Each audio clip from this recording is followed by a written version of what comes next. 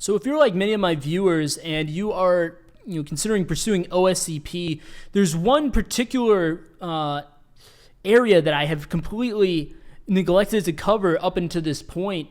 So definitely stay tuned because you're going to need to know this for the OSCP, and these resources have personally helped me learn this and overcome this issue.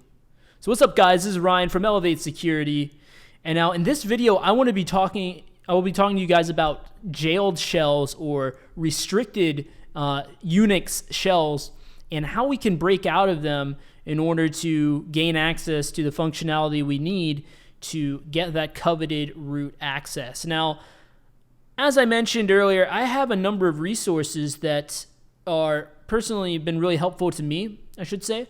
And this is probably the main one here, this presentation right here. And don't worry, I'll be linking these resources down in the description below so you guys can, after the video, go through on your own and reference it at any time, because the way I like to learn things, as I mentioned in other videos, is I like to learn things on an as-needed basis. So when it comes to that, this is great. If you're taking the OSCP, you will definitely encounter restricted Unix shells, and you're going to need to know how to break out of them.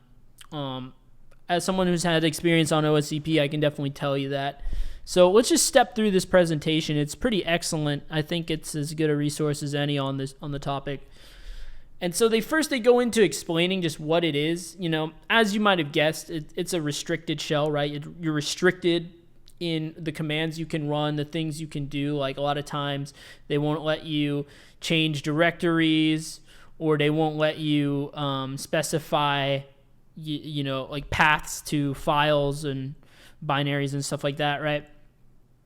Or you can't redirect and use certain operators, right? So they're just restricting you, and basically there's no way that you can escalate your privileges given the limited set of commands that you can run in the restricted shell, which is why we first need to break out of that into a regular bash or sh shell, right?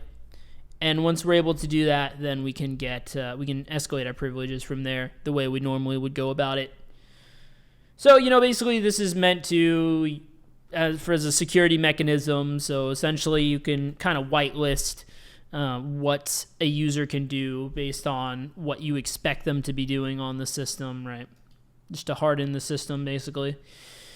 And the way you'll know that you're dealing with a restricted shell is when you echo the shell variable, it'll say you're in rbash, which is restricted bash, rsh, restricted shell, rksh, restricted corn shell. Corn shell is another Unix shell. So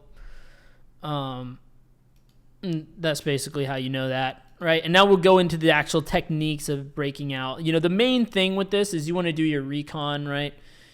Big surprise there, right? Recon is always king.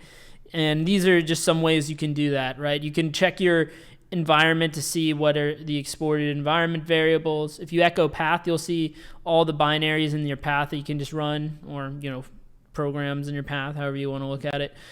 You can echo the shell. I'd highly recommend this. Then you can know for sure what restricted shell you're operating in.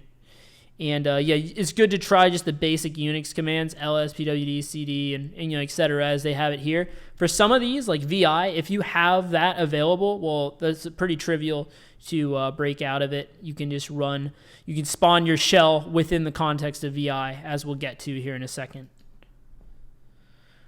So this is basically some of your quick wins. If you see this, congratulations. You're easily going to be able to break out of this jailed shell. And let me just take this moment to stop and say that in OSCP, I haven't encountered anything that required me to dig too deep or do anything too crazy. A lot of times, not necessarily that they were all just these quick wins here, but it didn't take very deep digging to get out of it. So don't get too intimidated by this stuff. You can learn it on an as-needed basis. You'll be fine in OSCP. Your mileage may vary, of course. You might get one that's kind of crazy, but generally they haven't been too hard. And not all of the OSCP boxes are going to give you jailed shells, but some definitely will. So it's good to have this information at least in your toolkit, or at least, at the very, very least, in your notes, so that you can reference it when you need it. But anyways, like if you're able to specify paths, then you can just specify the path to sh, bin sh or bin bash, something like that, and you can just get the shell straight from there. Obviously, if you can set your path or shell variables, you can just straight up tell it, to change the shell to that or the path, and add it to your path, right? And you pretty much won. And also, if you can use the copy command, you can just copy it over. So be on the lookout for that. I would look for the low-hanging fruit first, similar to the rest of the hacking stuff, right? Start with the easy stuff, work your way down to the more complex and time-consuming exploits. That's always my advice for this type of stuff. So for these, right, if you are able to have access to FTP, GDB, more, less, man, VI, Vim, SCP, awk, or find, well, you could just spawn a shell within the context of those. So to give you an example, right? Say you have access to the less command. You can use the less command to view a file, and then when you run less with a file, it'll pop up in the little less view, right? And you can search for terms and stuff like that. Well, that's where instead of searching for a term, you would just type bang/bin/sh, and it will actually spawn a shell in the context of less, right? And it will spawn a shell, like the normal shell, right? Not a restricted version. So that's one way you can easily escape that.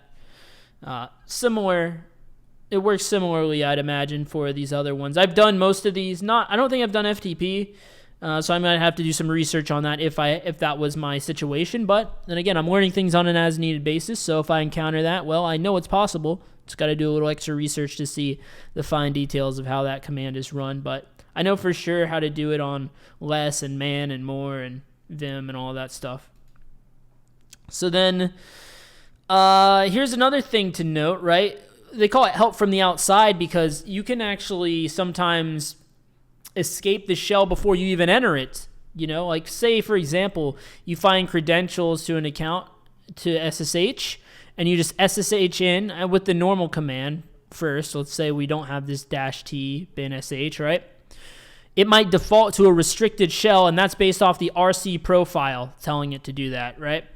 So you could, in some cases, you can actually specify -t and say bin sh, and override that restricted shell, and it'll actually spawn the normal shell for you. Another way is sometimes if you tell it to ignore the profile, sometimes you can get around that restricted shell as well. And additionally, if the machine's actually vulnerable to shell shock, well, you can just pass it the shell shock payload. So this is basically allowing you, I think the -t flag allows you to run commands before it even connects, or before it even spawns you in on your shell.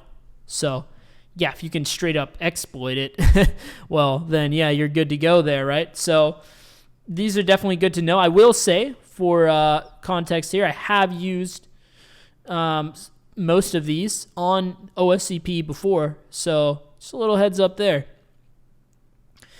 And then lastly, you want to dig deep, right? If you tried all these other things, they didn't work out for you, well, that's when you want to dig even deeper, do the more advanced time-consuming stuff. Now, of course, if you have access to a programming language, well, you can just leverage that programming language to run commands. Python has OS system, Perl has exec, PHP has OS system, or is it system? Maybe it's just system. I can't remember. I think it might just be system. But yeah, then you obviously, if you have access to the T command, well, you can echo something in there, pipe it to T, and write to your script. If you can execute that script, then you're good to go, right? So then there's also this trick with the history file. I think I've done this one before. I'll leave that to you guys to look into that if you need it. And yeah, the rest of this is just kind of demoing stuff, putting it all together, and then giving you some, well, I guess you didn't really demo much here. Maybe this was an actual presentation. It probably was. But yeah, enumeration is definitely key, I would say. I would agree with that. And here's some additional references that he provided. These here, okay, this one is outdated now. And then these two references, you can do stuff with the mail command, and we already saw the Vim VI. There's a lot of overlap in these other two articles. If you just go through this presentation, this is going to help you the most. in terms of giving you the easiest access to value. But if you're dealing with a specific problem and you went through this and it still didn't help you, then look into some of these. Maybe it'll drill down for you and help you with your specific issue. But I see a lot of overlap. I see the T command here with echo and stuff like that, right? So yeah, I hope this video was of help to you. This is definitely something that you will encounter on the OSCP. I'm sure even though they updated it, I'd imagine that there's still a lot of lab boxes with this. There might even be exam boxes with this, depending on your rotation, I would think. So yeah, definitely good to know. And if you don't know it, or if you don't need it and you still know it, well, no harm there either, right? So yeah, if you guys enjoyed this content so far, please give me a like on the video. It definitely helps out with the algorithms, and hit the subscribe button for more similar content, and I will see you guys in the next video.